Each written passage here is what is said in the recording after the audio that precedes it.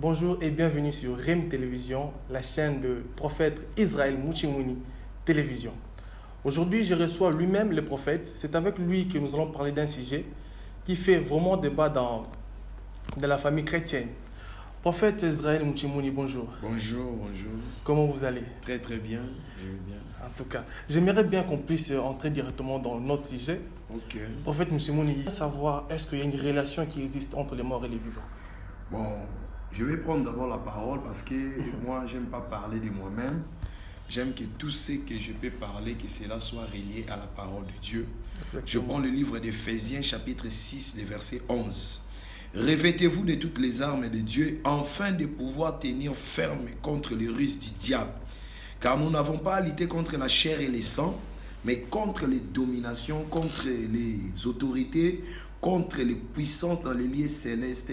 C'est pourquoi prenez toutes les armes de Dieu afin de tenir ferme dans les mauvais jours et de tenir ferme après avoir surmonté. Donc, je parle d'abord sur les autorités, les principautés. Quand quelqu'un quitte déjà une vie humaine et qu'il y a la mort, la séparation du corps et de l'âme et de l'esprit, c'est ce que nous appelons la mort.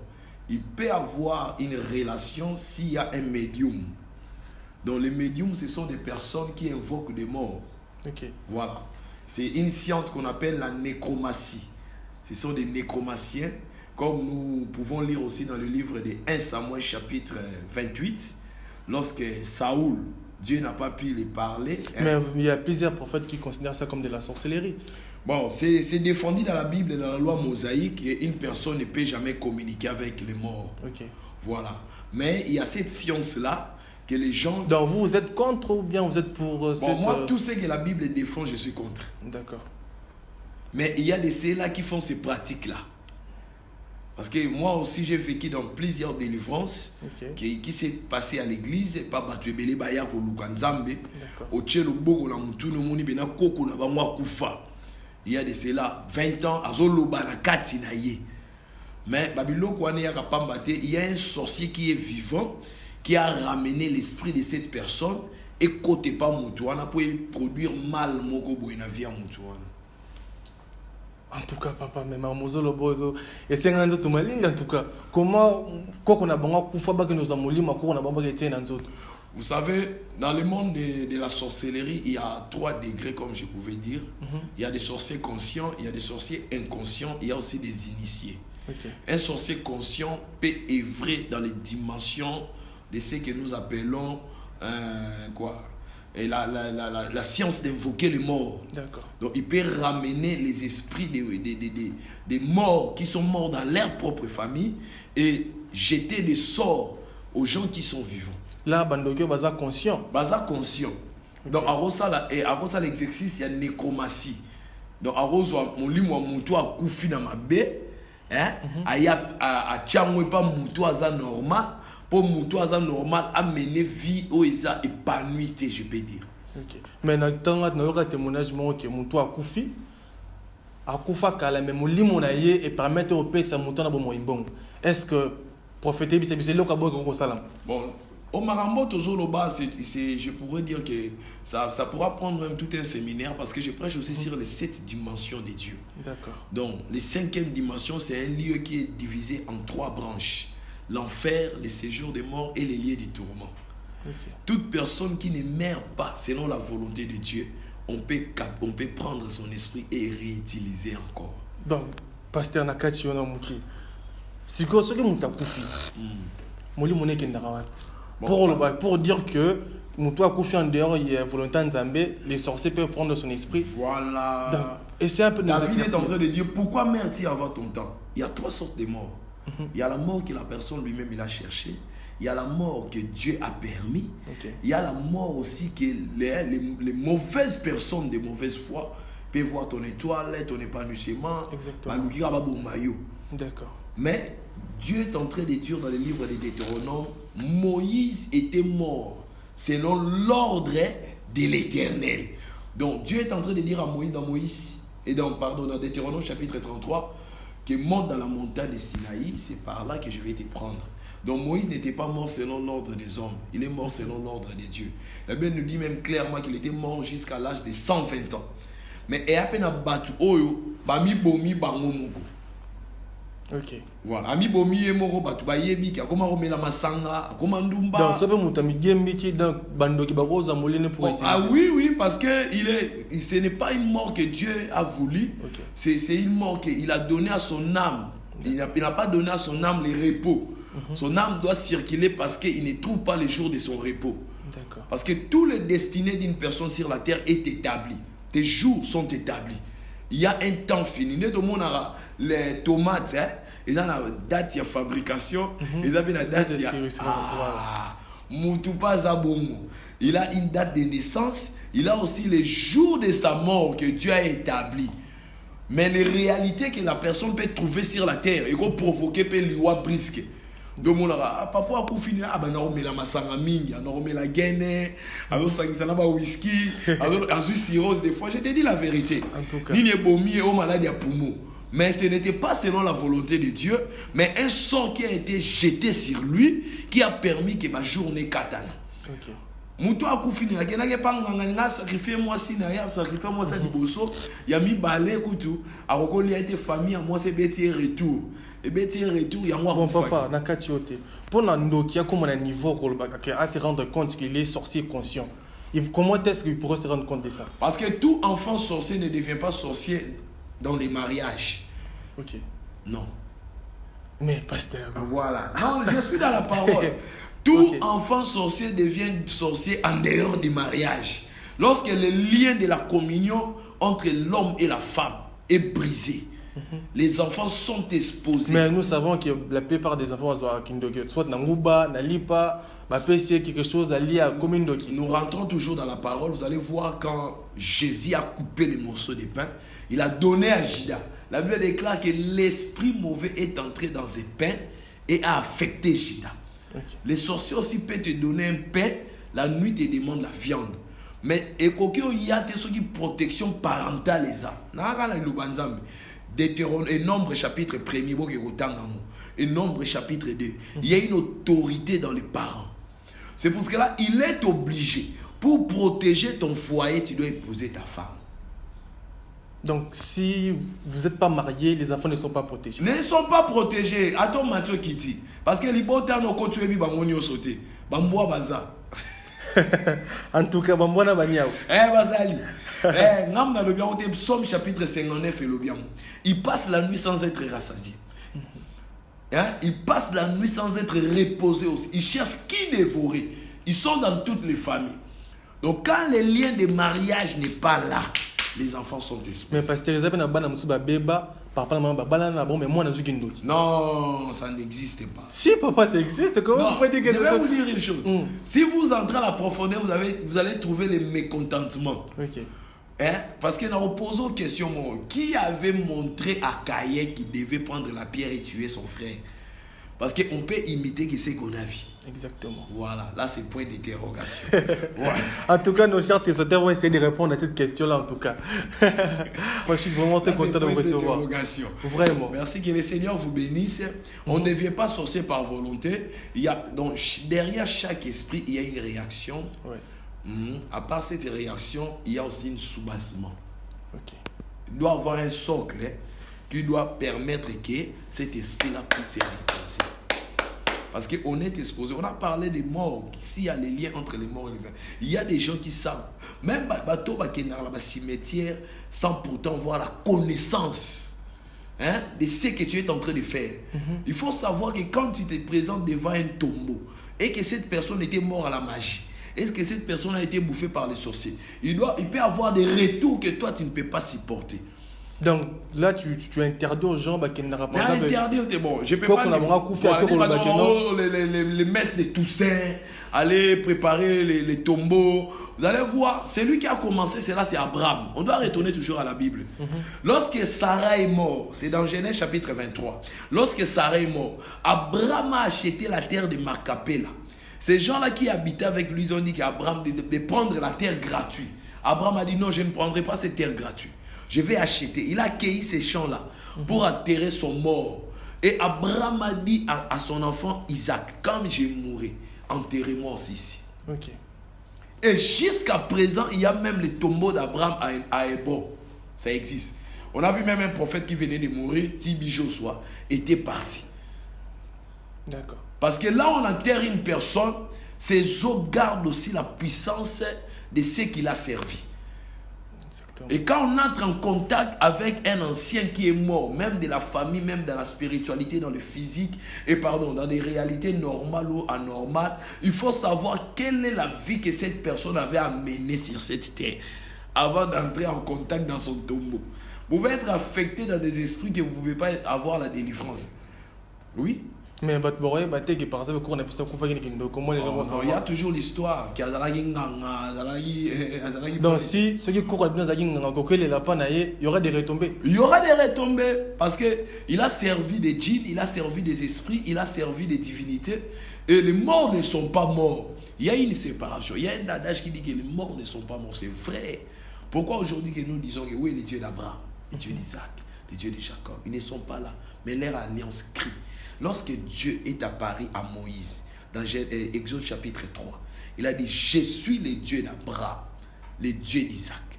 Donc, ils ne sont plus en vie, mais Dieu est en train de confirmer leur nom. Parce que l'impact de leur vie existe jusqu'à aujourd'hui. Donc, leur esprit aussi sillonne. Oui. Oui. Là, c'est dans le sens positif.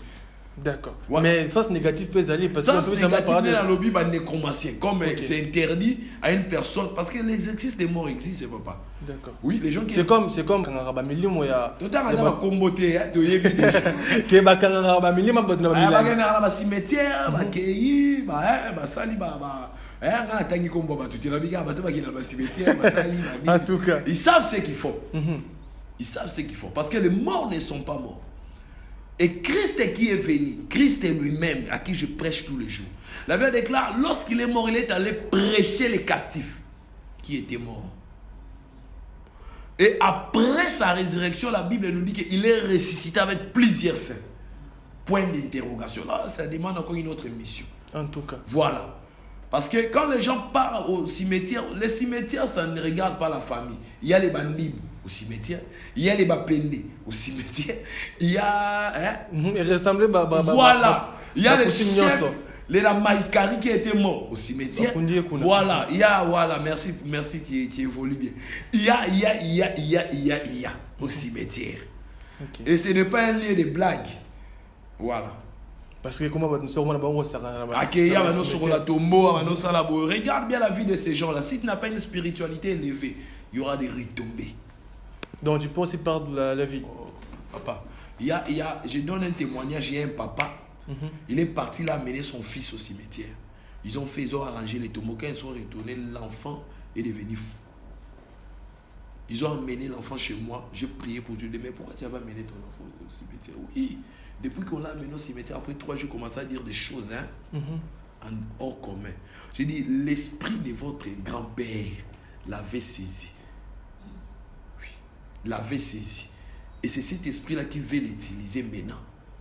Mais tu dois aller dans le cimetière pour poser leurs problèmes aux gens qui sont morts. J'ai réparti les choses. J'ai dit, il faut savoir l'histoire de celui qui était mort. D'accord. Avant d'entrer en contact. Et ce n'est pas un contact spirituel que toi tu entres. Toi tu parles par les effets physiques. Mais lui il est au-delà. Là où lui il est, il n'y a pas de limite. C'est ça, un monde infini. Voilà. Et s'il n'est pas dans son lieu de repos, parce que Christ est venu prendre les captifs. Ceux qui sont morts en Christ, qui sont dans les repos au sein d'Abraham. Okay. Mais ceux qui ne sont pas morts en Christ, ils sont dans les tourments, ils peuvent tourner. Dans le lieu de tourment, on peut dire que ce n'est pas l'enfer, c'est pas l'enfer. Ce n'est pas l'enfer, ce n'est pas un lieu de repos. C'est quelqu'un qui ne trouve pas l'abri, une habitation. Ok. Voilà. Et son esprit sillonne. Son esprit est errant. D'accord. Vous voyez d'autres religions, les messes des morts, les choses comme ça, ils savent ce qu'ils font. Ils peuvent aussi revenir dans les corps physiques comme ça. Parce que quand nous partons dans des marchés, comment ils peuvent revenir dans les corps physiques? Non, on peut savoir que les Wendy ont une adresse. Nous sommes dans la Wendy, physique. Rond-point, ils ont tourmenté tout le monde, a retourné 18 heures, a retourné transporté comme il passe. Place où tu as ok, La vie est spirituelle. Donc là, j'ai mis aussi une clause, j'arrête cela. En tout cas, j'aimerais bien que papa qu'on s'attaque à notre deuxième sujet qui est le parler en langue. Je sais que vous êtes parmi les prophètes qui parlent en langue. En tout cas, parce que j'ai vécu cela. Pasteur, qu'est-ce que vous pouvez dire en fonction de parler en langue? D'où sort d'abord, ça sort de où tu es pour parler en langue? De où tu es, parce que dans la Bible, quand Jésus a dit que je pars, je ne vous laisse pas seul. Ok. Mais papa, Jésus lui-même n'a pas parlé en langue, c'est qu'il faut connaître d'abord. Mais si Jésus n'a pas parlé en langue, où tu es? Bon, on prend d'abord le livre de 1 Corinthiens chapitre 13, le verset 1er. Je lis au nom de Jésus-Christ. Amen. Quand je parlerai les langues des hommes et des anges. Point d'interrogation. Les langues des hommes et des anges. Et si je n'avais pas la charité, je ne suis un airain et une cymbale retentissante. Et quand j'aurai même le don de la prophétie, la science de tous les mystères. Et quand je n'aurai pas l'amour. Donc on a parlé les parlants langues comme les langues des anges. Aujourd'hui, si vous partez aux États-Unis et que vous arrivez aux États-Unis, vous avez fait au moins plus de 5 ans là-bas aux États-Unis, vous ne trouvez pas personne qui parle les lingala.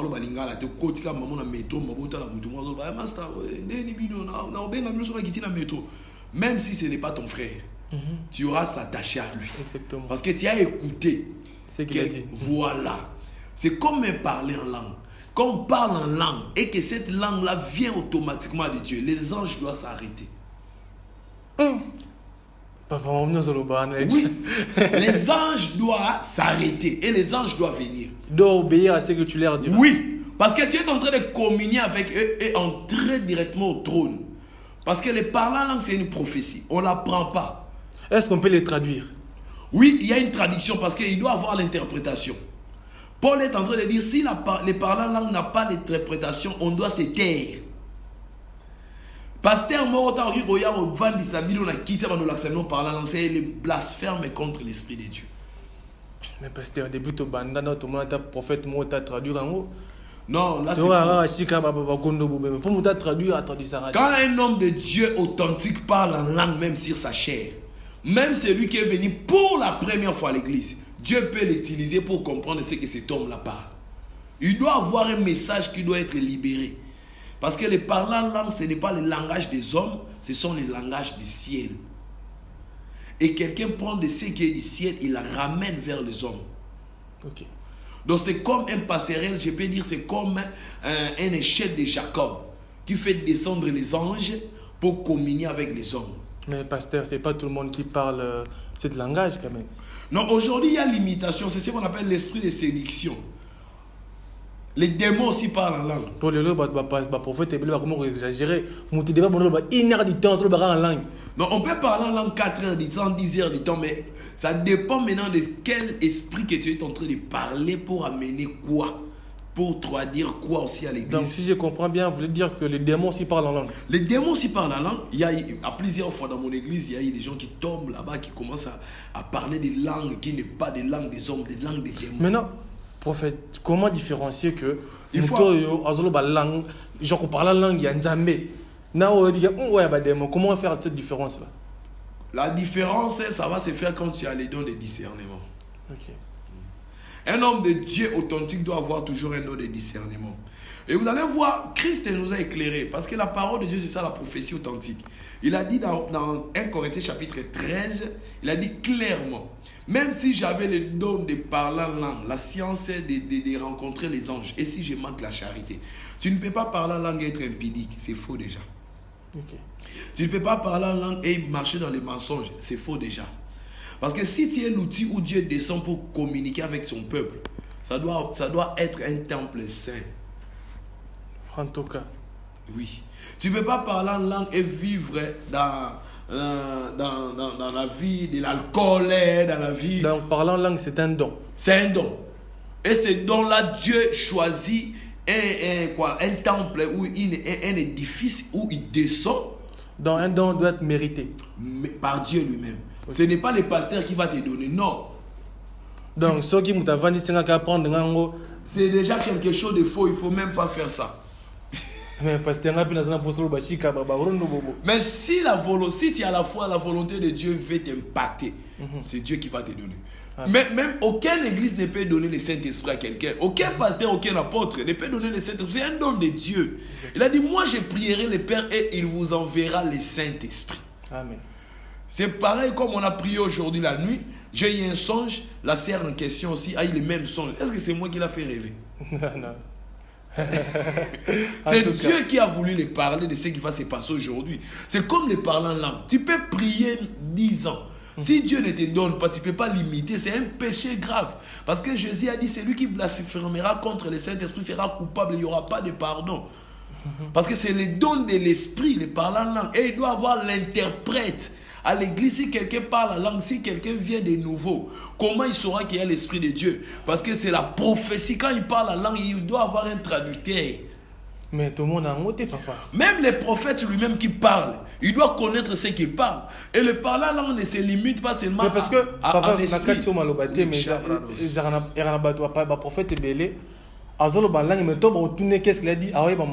Là, c'est déjà faux. Parce que le parler en langue, comme je venais de dire, c'est la prophétie, c'est un message. Donc si vous parlez en langue, une fois que je vous demande si vous avez dit... Oui, je dois connaître ce que Dieu m'a dit. Parce que c'est Dieu qui me parle. C'est en esprit que je parle. La Bible déclare, ce n'est pas à des hommes qu'il parle, c'est à Dieu. Mais si Dieu te parle et que toi tu l'écoutes, comment tu ne peux pas écouter ce que Dieu te parle? En tout cas. Est-ce que je me fais comprendre? C'est parce que Dieu veut te parler. Parce que Dieu parle toutes les langues. Les prières que nous faisons à l'église ne montrent pas des paroles. Ce sont des parfums. Dieu n'écoute pas le langage humain. Dieu écoute l'odeur du parfum que nous parfumons sur son trône. Donc Dieu ne parle pas les lingala? Non, il parle toutes les langues. Amen. Il parle toutes les langues. Quand nous prions, même si vous avez chanté comment, s'il y a des impies, Dieu ne vous écoute pas, malgré les bruits que vous avez fait. Amen. Mais c'est une personne qui vend les paix, qui n'est pas passée à l'église, qui est sincère, qui prie même dans son cœur. Dieu écoute même dans son cœur. C'est parce qu'il peut écouter même dans le ventre du poisson. C'est parce que là, Dieu n'écoute pas les langages, il écoute les parfums que nous l'offrons. C'est parce qu'il a dit dans le livre des Romains, offrez à l'Éternel l'offrande de vos lèvres, qui est le parfum d'une bonne odeur. Amen. Voilà. Ne faites pas les impressions à l'église. Tout le monde là-bas en langue, après, personne n'est guéri.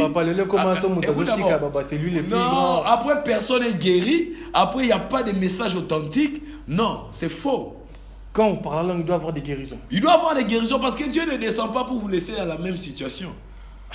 Mais papa, tout le monde a passé à moi tout mais en réalité, rien ne se passe dans l'église. Non, la nuit, on était là, moi, j'ai prié en langue. J'ai commencé à donner les messages au papa qui était là, non?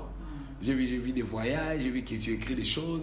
Ce sont les langues que j'ai priées qui étaient introduites, que Dieu me parle ici. Dieu m'a donné même le nom de celui qui travaille avec lui, mais je n'ai pas donné par rapport à sa foi. Vous allez voir, quand un homme de Dieu authentique parle en langue, il reçoit des messages. Donc c'est toute une révélation. Oui, il est avec Dieu. Dieu lui parle des choses qu'il doit parler à son peuple. Mais comment faire pour que tu sens que tu parles avec Dieu, papa? Qu'est-ce qu'il faut faire? Donc, ce qu'il faut faire, il faut seulement désirer le Saint-Esprit.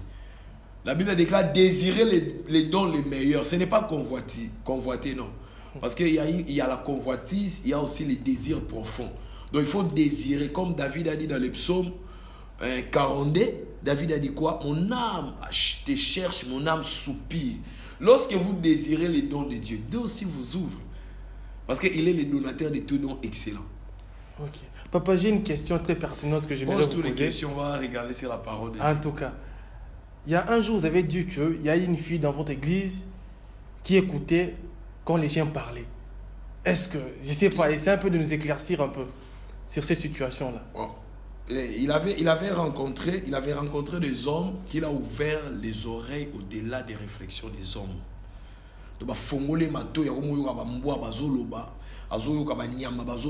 Mais quand vous dites un truc comme ça, c'est surhumain, pasteur. Oui, c'est déjà surhumain. Parce que, vous savez, aujourd'hui, les défauts chez les chrétiens, c'est quoi? Beaucoup de chrétiens sont des religieux, mais ne sont pas des spirituels. Okay. C'est profond, ça. Voilà. Beaucoup de chrétiens se limitent dans la religion, mais ils n'aiment pas entamer d'être des chrétiens spirituels. Or que la vie est spirituelle. Donc, un homme peut parler à un animal? Non, c'est déjà quelque chose qui n'est pas bon. Mais moi j'aime toujours regarder la parole. Vous allez voir dans le livre des Nombres, chapitre 23, lorsque Balaam a voulu maudire Israël, Dieu a utilisé l'âne. L'âne qui se tient, l'âne a parlé.